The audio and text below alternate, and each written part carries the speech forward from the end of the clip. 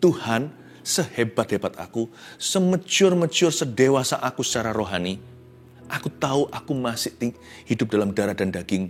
Aku masih punya kedagingan. Andai kata aku sudah lulus atau wisuda, tentunya sekarang aku sudah mati atau Tuhan sudah datang. Tuhan, inilah doaku sejujur-jujurnya dengan rendah hati. I am not able to protect myself. Aku tidak mampu tanpa Engkau, Tuhan. Kalau Anda belum subscribe di channel ini, segera supaya Anda bisa mengikuti terus rema-rema dari Roh Kudus ya. Haleluya. Sekali lagi ambil catatan dan Alkitab. Jangan jemu-jemu mendengar firman Tuhan, karena firman itu kehidupan. Saya berikan judul, lawan arus untuk menang. Ya, lawan arus untuk menang. Nggak ada yang namanya kemenangan itu tiba-tiba atau kebetulan. Kemenangan itu harus disengaja. Karena kemenangan yang dari Tuhan itu sudah tersedia. Karena itu mari kita berjalan di dalam firman agar kemenangan menjadi nyata. Dan untuk berjalan dalam firman memang ada harga yang dibayar. Yaitu melawan arus dunia dan arus dosa, termasuk melawan arus diri sendiri. Jadi bagi Anda yang lelah untuk kalah melulu, masa ngalahnya sama setan? Maka inilah firman yang memerdekakan. Udah waktunya Anda menang, udah waktunya ngalami terobosan, waktunya berbuah-buah lebat. Amin. Kita baca Mazmur 119 ayat 57 sampai 64. Mazmur 119 ayat 57. Bagianku ialah Tuhan, aku telah berjanji untuk berpegang pada firman-firman-Mu. Aku memohon belas kasihan-Mu dengan segenap hati. Kasihanilah aku sesuai dengan janji-Mu. Aku memikirkan jalan-jalan hidupku dan melangkahkan kakiku menuju peringatan-peringatan-Mu. Aku bersegera dan tidak berlambat-lambat untuk berpegang pada perintah-perintah-Mu. Tali-tali orang-orang fasik membelit aku, tetapi Taurat-Mu tidak kulupakan. Tengah malam aku bangun untuk bersyukur kepadamu. Atas hukum-hukum-Mu yang adil, aku bersekutu dengan semua orang yang takut kepadamu, dan dengan orang-orang yang berpegang pada titah-titah-Mu. Bumi penuh dengan kasih setia-Mu ya Tuhan. Ajarkanlah ketetapan-ketetapan-Mu kepadaku. Di ayat-ayat ini diajarkan bahwa kita harus melawan arus untuk menang. Dimulai dari ayat 57, ini adalah suara hati orang yang puas jiwanya. Sebelum Anda dan saya bisa mengatakan ayat ini dari dalam jiwamu sendiri, bukan ikut-ikutan atau asal baca, Anda dan saya tidak akan pernah mengerti dan memahami apa itu kepuasan batin sesungguhnya. Hanya orang yang bisa berkata, bagianku ialah Tuhan. Orang demikianlah yang puas batinnya. My portion, porsiku adalah Yesus. Kasih-Mu cukup bagiku. Bagianku ialah Tuhan, ini powerful sekali. Karena memiliki Tuhan Yesus sama dengan memiliki segala-galanya. Saya jadi ingat Mazmur 23 ayat 1 itu boleh dikatakan partner ayat ini. Kan di sini ditulis bagianku ialah Tuhan. Mazmur 23 ayat 1, Mazmur yang ternama itu, Tuhan adalah gembalaku, takkan kekurangan aku. Kalau punya Tuhan Yesus itu punya segala sesuatu, sekalipun kita tidak memiliki segalanya. Sekalipun uang kita pas-pasan, teman juga nggak banyak, hidup ada masalah. Tapi kalau ikut Tuhan itu selalu klop pada akhirnya. Kalau Tuhan adalah gembala kita tidak akan kekurangan apa-apa, bukan berarti kita tidak punya keperluan. Apalagi keinginan, kita semua punya kebutuhan.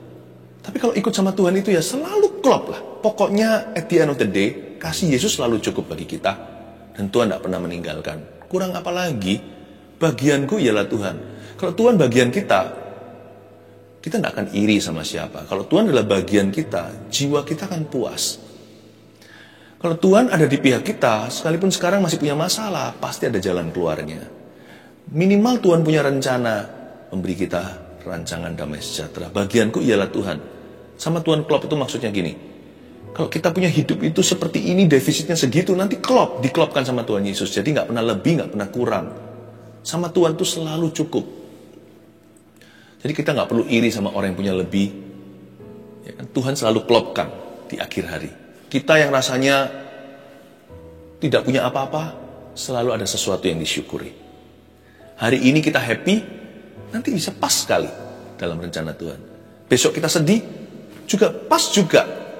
Entah gimana caranya, kekuatan Tuhan menopang kita. Selalu ada jalan, selalu ada pertolongan, selalu ada kasih karunia, selalu baru setiap pagi kasih setia Tuhan. Bagianku ialah Tuhan. Udah yang beres gitu hatinya sama Tuhan Yesus. Sebelum lawan arus, bereskan hati dulu. Pastikan di dalam jiwamu kau tahu bahwa Yesus cukup bagiku. Bagianku ialah Tuhan. Aku telah berjanji untuk berpegang pada firman-firman-Mu. Lalu di ayat 58 bunyinya begini. Aku memohon belas kasihan-Mu dengan segenap hati. Kasihanilah aku sesuai dengan janji-Mu. Loh, ayat 57 tadi kan dia so pasti sekali, ya kan? Dia berkata, bagianku ialah Tuhan. Aku telah berjanji. Aku punya komitmen ini untuk berpegang pada firman-firman-Mu. Bukan hanya firman, tapi firman-firman majemuk sekalian. Terus menerus komitmenku tidak goyah. Wow, mantap sekali ya imannya. Ayat 57 itu seperti absolut begitu. Tapi kenapa ayat 58 terkesan ragu? Apakah si pemazmur ini pelin-pelan? Jangan-jangan dia double personality seperti orang yang bipolar atau orang yang sakit jiwa. Enggak. Ini semua tulisan adalah ayat dihembusi Roh Kudus. Berarti saling melengkapi. Saya ulangi, ayat 57 kan dia mantap betul. Dia berkata, bagianku ialah Tuhan. Udah, prioritasku jelas. Tuhan nomor satu, dia yang pertama, dia yang terutama, dia segalanya. Pokoknya di ujung hidupku dan setiap hari kesusahan sehari untuk sehari, selalu di akhir hari, hidupku itu selalu klop, surplus defisitnya. Pokoknya I'm fine dalam rencana Allah. Tapi ayat 58 kok tiba-tiba dia berubah dan berkata, aku memohon belas kasihan-Mu, have mercy on me. Aku memohon belas kasihan Tuhan dengan segenap hati. Kasihanilah aku sesuai dengan janji-Mu. Semantap-mantap manusia pasti ada bolong dan lubangnya. Ayat 58 itu realistic view, atau cara pandangnya yang sangat realistis tentang dirinya. Dia tahu bahwa 100%-nya nggak cukup. Sekalipun dia bulat sama Tuhan. Pemazmur juga yang berkata, beriku hati yang bulat tidak terbagi-bagi, tidak terbelah, untuk takut akan nama-Mu. Sekalipun dia punya komitmen 100% sama Tuhan, sebagai manusia loh, mana mungkin kita sempurna. Dia berkata, Tuhan, aku memohon belas kasihan. Belas kasihan-Mu dengan segenap hati. Itu adalah seruan orang yang honest and humble. Di sini dibutuhkan honesty and humility. Dibutuhkan suatu kejujuran sama diri sendiri. Sesempurna-sempurna aku, pasti ada titik lemahnya. Pasti ada area-area yang aku belum menang. Tuhan, tolong ya, sabar sama saya. Dia memberikan dirinya sendiri sebuah ruang untuk belajar dari kesalahan. Give yourself a room for learning mistakes. Tuhan tidak pernah hakimi kita. Karena Tuhan tahu kita itu punya shortcoming. Kita itu punya kekurangan. Karena itu selalu ngomong sama diri sendiri begini, Tuhan, aku mau belajar. Selama aku gak sengaja untuk melukai hatimu, atau aku memang cari perkara sama sorga, alias pemberontakan, rebellion itu, aku gak berani berontak Tuhan. Bukan berarti aku garansi gak pernah jatuh, atau gak pernah salah lagi, gak pernah berdosa, enggak. Tapi dalam doanya dia berkata, semantap-mantap komitmenku dengan Tuhan. Tuhan, please sabar ya sama saya. Ya Tuhan, ini adalah sebuah sense of inability and dependency, atau sebuah kesadaran bahwa dia tidak sempurna. Sebuah sense of inability, sebuah kesan bahwa dia tidak mampu. Sebuah sifat yang bergantung penuh. Tuhan, sehebat-hebat aku, semecur-mecur sedewasa aku secara rohani, aku tahu aku masih hidup dalam darah dan daging. Aku masih punya kedagingan. Andai kata aku sudah lulus atau wisuda, tentunya sekarang aku sudah mati, atau Tuhan sudah datang. Tuhan, inilah doaku sejujur-jujurnya dengan rendah hati. I am not able to protect myself. Aku tidak mampu tanpa Engkau Tuhan. Aku tidak sanggup Tuhan. Ada banyak hal bahkan yang tidak aku sengaja dan sadari. Itu masih kurang dan salah bahkan di hadapan Tuhan. I depend on you. Aku bergantung padamu. Ayat 57 dia mantap komitmennya. Ayat 58 dia rendah hati dan berkata, by the grace of God, dengan kasih karunia Allah, aku pasti sampai dengan aman di sebelah sana. Saya suka sekali Mazmur ini isinya adalah iman tapi juga pengharapan. Dia itu sangat realistis sekali dan berkata, Tuhan aku memohon belas kasihan. Have mercy on me ya. Tolong pada saat aku salah, Tuhan tegur aku, jangan biarkan aku ya. Sehati-hati aku pasti pernah kilaf dan akan lagi. Tolong bantu aku, jagai aku, protect me seperti biji matamu. I love this. Lawan arus itu bukan dengan positive thinking atau bukan determination atau dengan willpower atau bukan dengan kekuatan kemauan kita. Lawan arus itu dimulai dengan sebuah doa yang humble dan rendah hati berkata, Tuhan, jika arusku mulai goyang, aku berbalik arah, jangan sampai aku berbalik total ke situ. Waktu sedikit miring berapa derajat, have mercy on me dan ingatkan aku. Ini orang, dia lawan arus dengan anugerah Allah. Doa demikian. Tiap pagi saya selalu doa untuk keluarga saya. Saya punya anak juga tahu bahwa anak saya juga pasti prone to making mistakes, pasti akan cenderung membuat suatu kesalahan. Namanya anak-anak muda, anak-anak kecil, saya selalu doa, jangan tinggalkan anakku. Kalau sampai ada yang salah, ya Tuhan, Tuhan Yesus yang ingatkan. Dicambuk gak apa-apa, tapi jangan ditinggalkan. Lawan arus itu dengan Yesus. Jangan berkata gini loh, I can, aku pasti bisa, aku pasti bisa. Orang begitu biasanya tanpa disadari dia angkuh, besok dia jatuh. Kalau memang mau berkata I can, seperti orang dunia selalu ajarkan, motivasi, motivator. Aku bisa, lanjutkan. Jangan setengah matang. I can do all things through Christ who gives me strength. Aku dapat, aku bisa. Aku bisa menanggung segala perkara atau segala sesuatu dalam Dia. Jangan lupa, dalam Dia loh ya, yang memberiku kekuatan. Ayat 59, aku memikirkan jalan-jalan hidupku dan melangkahkan kakiku menuju peringatan-peringatanmu. Ayat 59 ini, aku memikirkan jalan-jalan hidupku, berarti ada ruang untuk evaluasi dong. Harus. Jangan jalani aja visi. Visi itu gak bisa maju kalau gak ada evaluasi. Banyak orang sih punya mimpi, ambisi. Aku maunya begini. Tapi dia gak pernah mau evaluasi, gak pernah mau diberi masukan. Gak pernah mau dikoreksi sama Tuhan. Jangankan sama Tuhan, sama orang aja gak mau kok. Anehnya kalau Tuhan dia ngaku-ngaku pasti mau. Gak mungkin. Kalau kita gak bisa mengasihi yang kelihatan, mana bisa kita mengasihi yang gak kelihatan. Kalau dikoreksi sama yang kelihatan aja kita tersinggung kok. Ngamuk, ngambek. Lalu tiba-tiba hilang dari peredaran. Kita hengkang dari tempat itu. Entah apakah itu persahabatan, gereja bahkan. Oh, aku dikoreksi, ditegur. Bye-bye. Mana bisa Tuhan tegur Anda? Jangan ngaku-ngaku. Kita jangan ngaku-ngaku, yang gak kelihatan lebih mempan. Yang kelihatan aja gak mempan kok. Gimana? Yang kelihatan aja tersinggungan. Aku memikirkan jalan-jalan hidupku. Buka ruang untuk evaluasi. Lawan arus itu gak bisa begini terus. Terus kenceng, maju terus dan sempurna. Menerobos, gak bisa. Ada waktunya kita goyang, ada waktunya kita berbalik arah, tapi gak sampai total, asal kalau bisa dikoreksi hatinya. Asal mau dengar-dengaran dengan Tuhan dan manusia. Manusia yang tepat dan benar. Jangan dengarkan nasihat orang fasik, tapi nasihat orang benar. Gak mungkin kita bisa sampai berbalik arah, kembali ke kehidupan lama.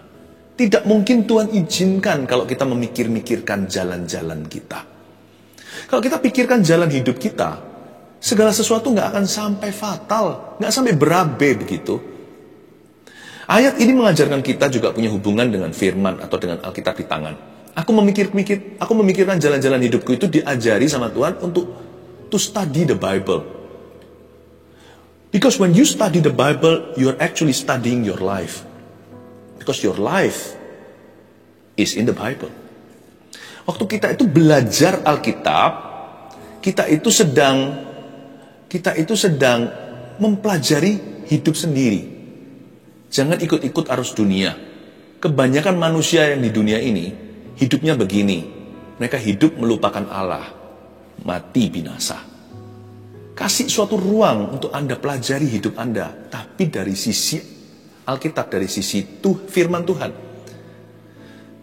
Coba observasi hidupmu dan bahkan evaluasi. pelajari hidup sendiri dari apa kata firman daripada dari apa kata manusia atau apa kata dunia. Opini manusia tidak menambahkan apa-apa, tapi opini Allah yang berguna dalam hidup Anda. Pastikan Anda ketika membaca Alkitab dengan sebuah kehausan, kelaparan, serta kerinduan untuk mengenal hidup sendiri. Jangan pelajari seperti orang Farisi, supaya dia jadi orang yang sok pintar dan sok tahu, bahkan sok rohani. Saya kalau baca Alkitab bukan untuk gurui orang lain. Saya baca Alkitab supaya Tuhan gurui saya.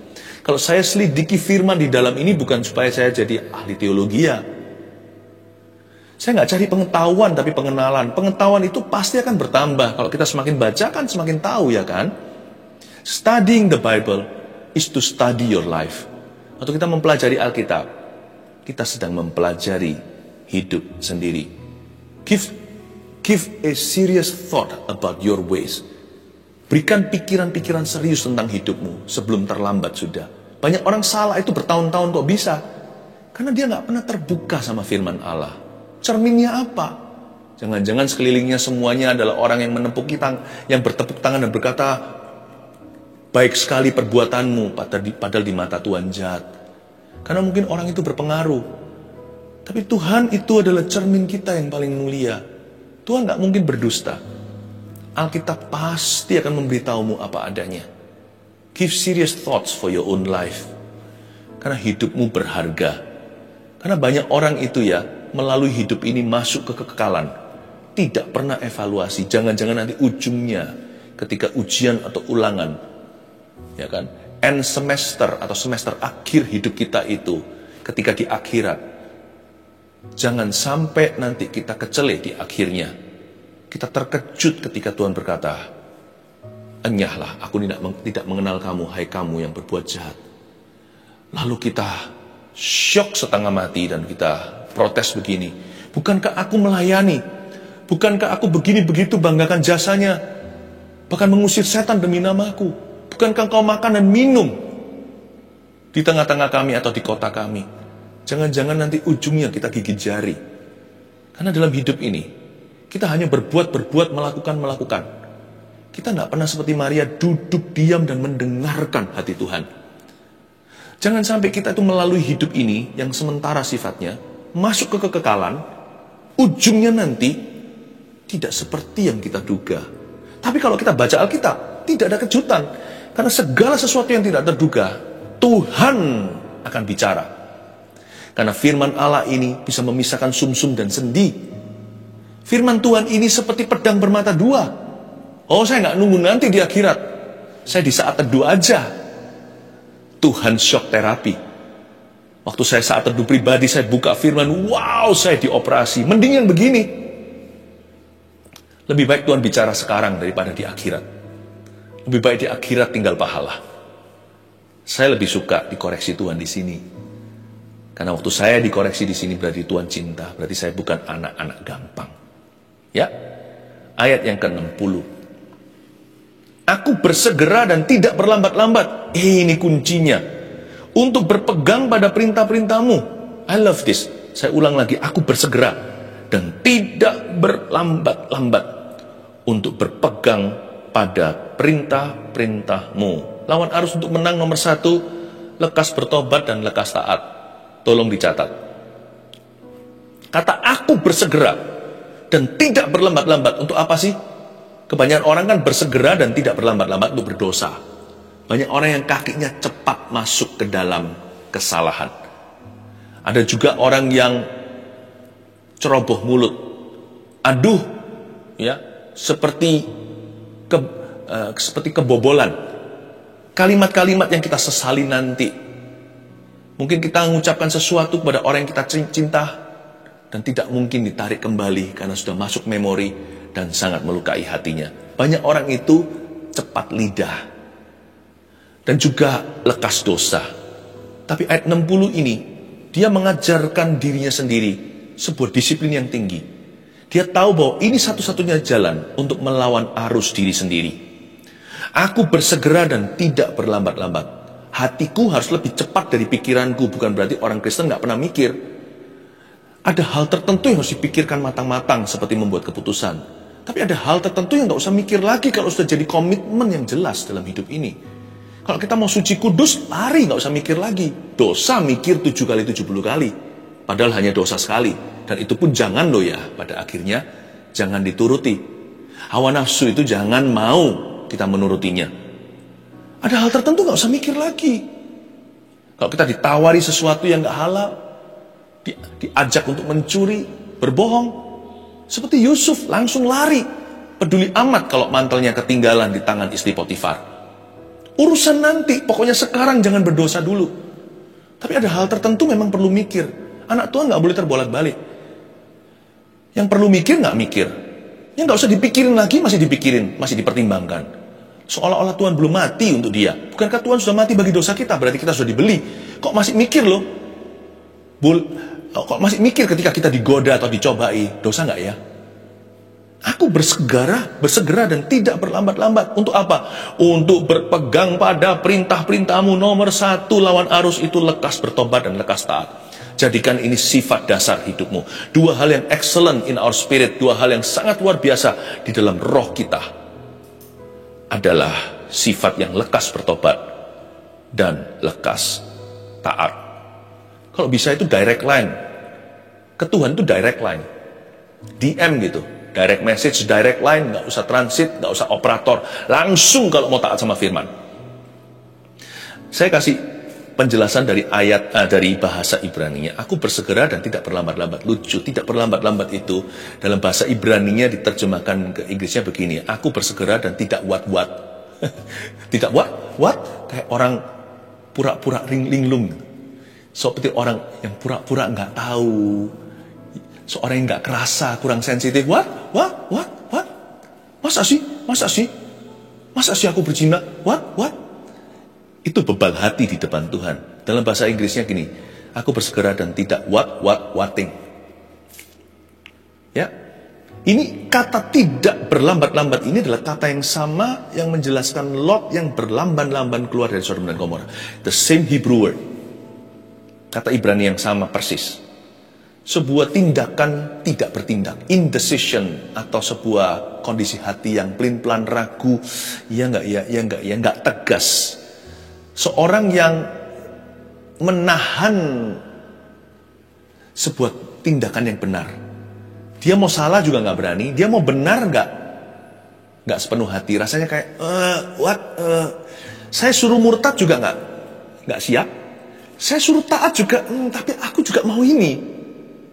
Mau yang ini salah, mau yang itu salah, mau pilih mana? Itu disebut whating. Itulah Lot. Lot itu nggak jahat. Lot itu lambat. Sampai akhirnya harga mahal dia bayar. Istrinya mati. Anak-anaknya kayak gitu. Harusnya Lot tidak what dan berkata, sekarang ini bukan diskusi, ini bukan lagi negosiasi, ini bukan demokrasi. Papa sebagai kepala keluarga, sebagai kepala suami, ada waktunya boleh main perintah. Apalagi kalau sama daging sendiri, perintahkan, hai jiwaku pujilah Tuhan, jangan mengeluh. Lot harusnya berkata dengan tegas, sekarang cabut, nggak usah ringkas barang, nggak usah ambil di brankas berlian permata, nanti Tuhan gantikan. Pamanku itu loh. Dia itu diberkati, dia nggak bawa apa-apa keluar dari tanah kelahirannya. Kita keluar dari Sodom Gomora, Tuhan pasti akan pelihara. Kalau kita keluar sekarang, kalau dia tarik istrinya dengan tegas. Seorang wanita kan, kalau sudah menikah kan dia mencari kepemimpinan suaminya. Kalau dia dipimpin sama sang suami kan dia pasti akan nurut. Lalu anak-anaknya pasti lihat papanya kan. Kalau papanya ragu, anaknya gimana?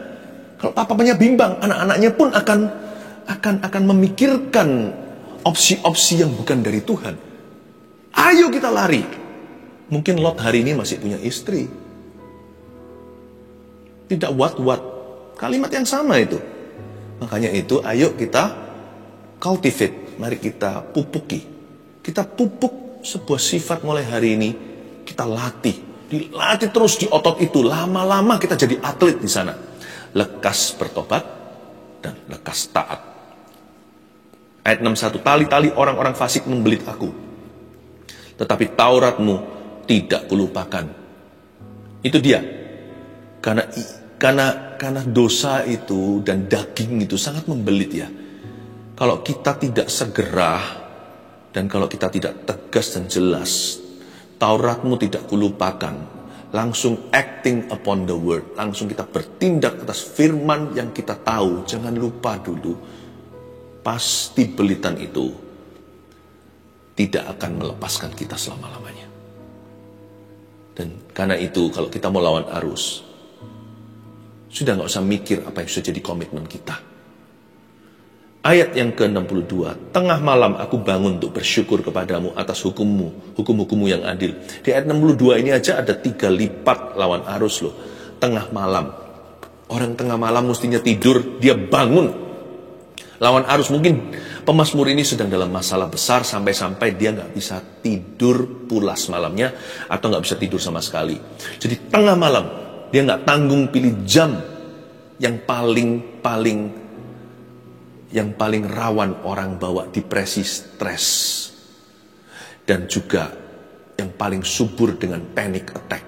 Dia pakai itu melawan arus jiwanya yang sedang gelisah, gundah gulana, mungkin ngalami tekanan, pencobaan, mungkin dia ngalami godaan. Entah yang dia alami itu apa. Tapi pemazmur ini jelas-jelas di tengah-tengah masalah. Di tengah malam ketika semua orang panik, dia berdoa. Ini lawan arus orang. Disengaja. Mungkin dia punya logika anak kecil kali. Di tengah malam itu gak banyak saingan. Awan-awan langit-langit itu sepi doa umat Tuhan. Karena semua tertidur pula. Saya sih suka sih doa tengah-tengah malam gitu. Apalagi waktu menyongsong kebangunan rohani. Ya gak tertulis di Alkitab. Tapi saya ada satu keyakinan. Ketika semua orang tertidur, saya bisa lebih konsentrasi. Selain itu, bukan berarti Tuhan itu kalau rush hour doa atau pas lagi jam-jamnya rame, orang-orang berdoa, favorit pagi ya kan. Lalu Tuhan lebih susah mendengar, ya enggak. Tuhan itu maha tahu. Tapi saya ingin sekali berdoa di waktu yang lawan arus.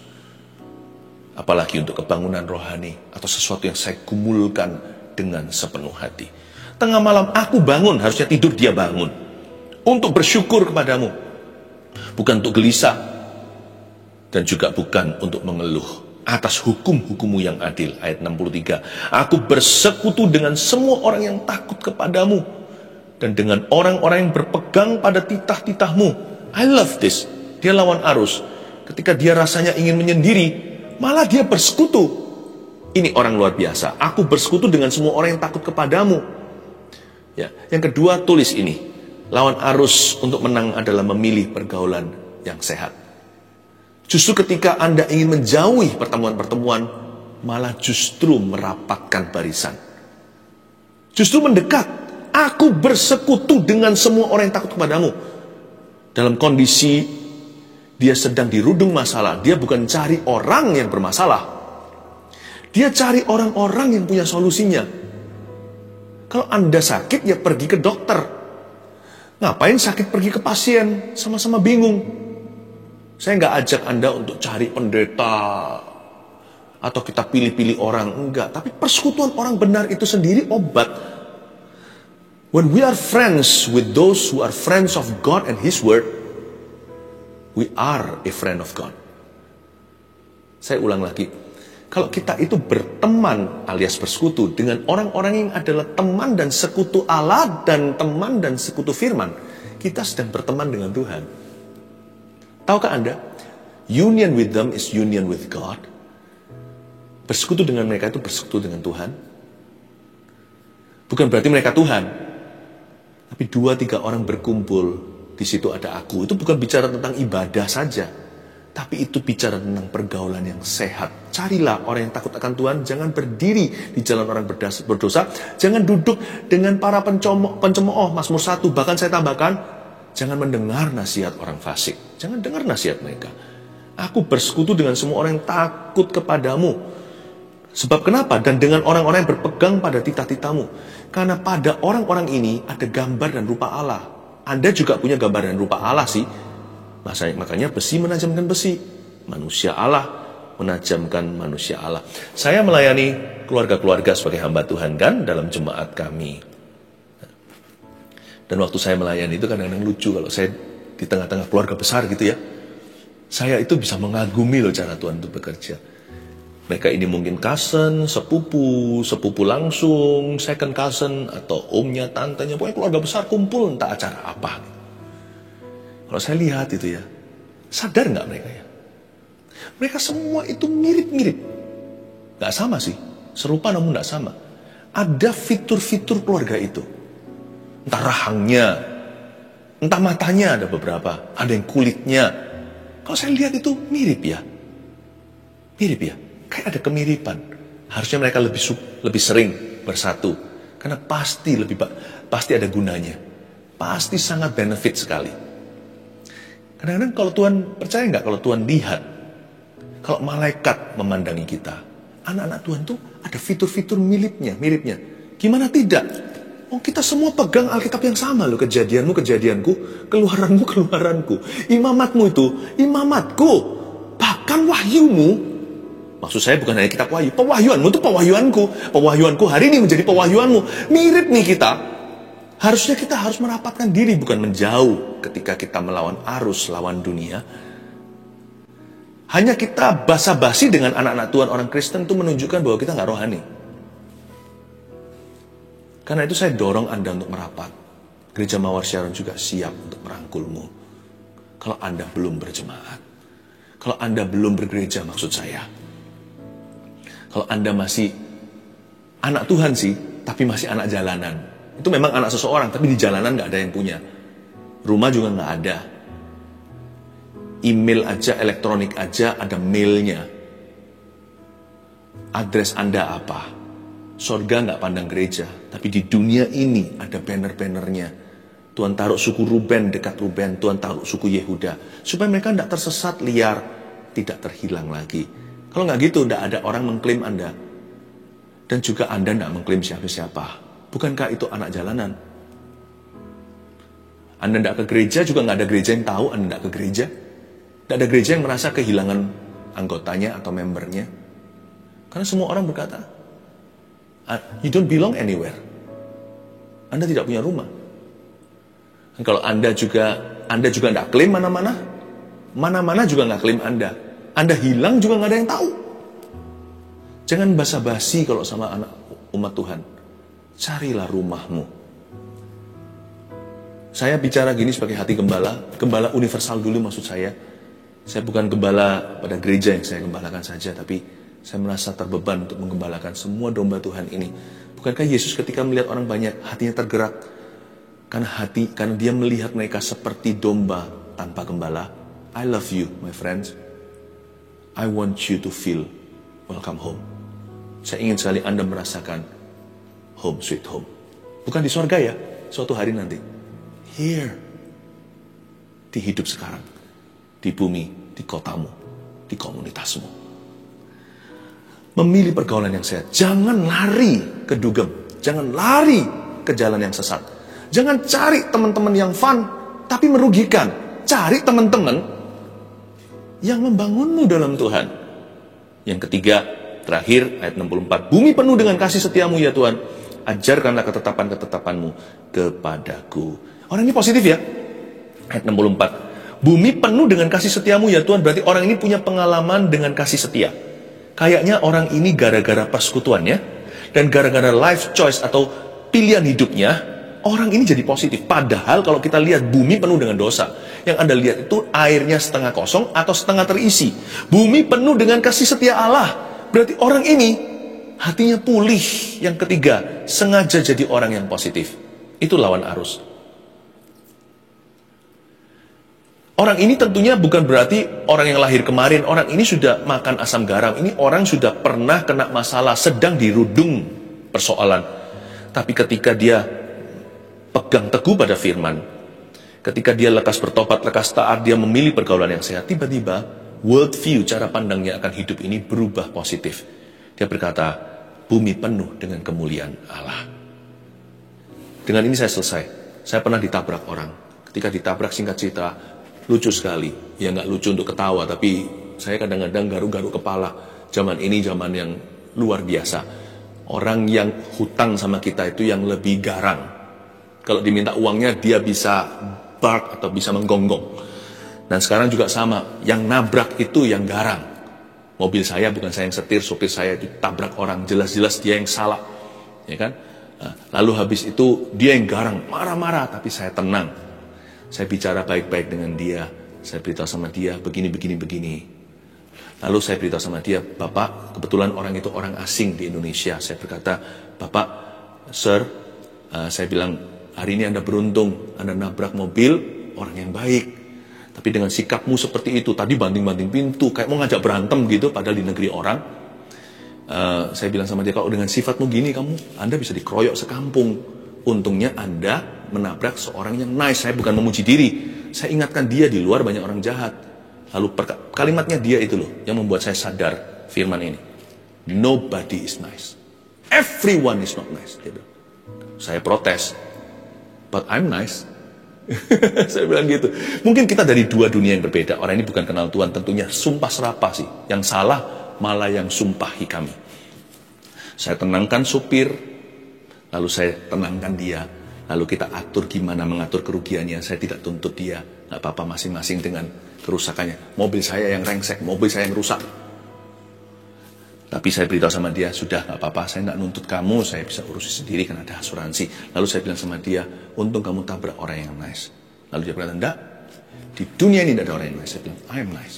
Dia nggak tahu sih, dia nggak tahu keluarga saat teduh, orang-orang yang nice sekali. Orang ini tidak punya pengalaman mersis. Di luar sana pengalamannya bukan kasih karunia.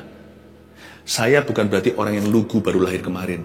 Apakah saya tidak pernah disalahi orang, ditipu orang, difitnah? Oh, makanan sehari-hari. Ditipu enggak sih, saya enggak bodoh. Tapi perbedaannya adalah I'm positive by choice. Saya positif dengan pilihan. Bedanya di sini, saya positif. Are you ready? Dengan persekutuan. Saya bersama dengan orang yang tidak sempurna di gereja, tapi kami belajar mengasihi dan disempurnakan oleh Tuhan. Perbedaan orang yang tidak kenal Tuhan dengan yang mengenalnya. Saya sengaja jadi orang yang positif. World view, cara pandang saya berbeda. Lawan arus dengan dunia begitu, saya kasihan sama dia. Tapi saya bangga hari ini persekutuan kita. Persekutuan yang diberkati secara positif oleh Tuhan. 1, 2, 3, lekas bertobat dan lekas taat. 2, memilih pergaulan yang sehat. 3, sengaja jadi orang yang positif. Mari kita lawan arus untuk menang. Camkan 3 hal ini ya. Jangan lepaskan. Mulai hari ini, kita semua pasti akan mengalami kemenangan dari Tuhan Yesus Kristus. Praise the Lord. 1 Petrus 4 ayat 7. Kesudahan segala sesuatu sudah dekat. Karena itu, kuasailah dirimu dan jadilah tenang, supaya kamu dapat berdoa. Saudara yang terkasih, terima kasih telah mendengarkan firman Tuhan hari ini. Jangan lupa untuk dukung terus channel ini dengan cara subscribe, like, share, dan juga komen. Agar saudara kita yang lain juga boleh terberkati. Tuhan Yesus memberkati kita.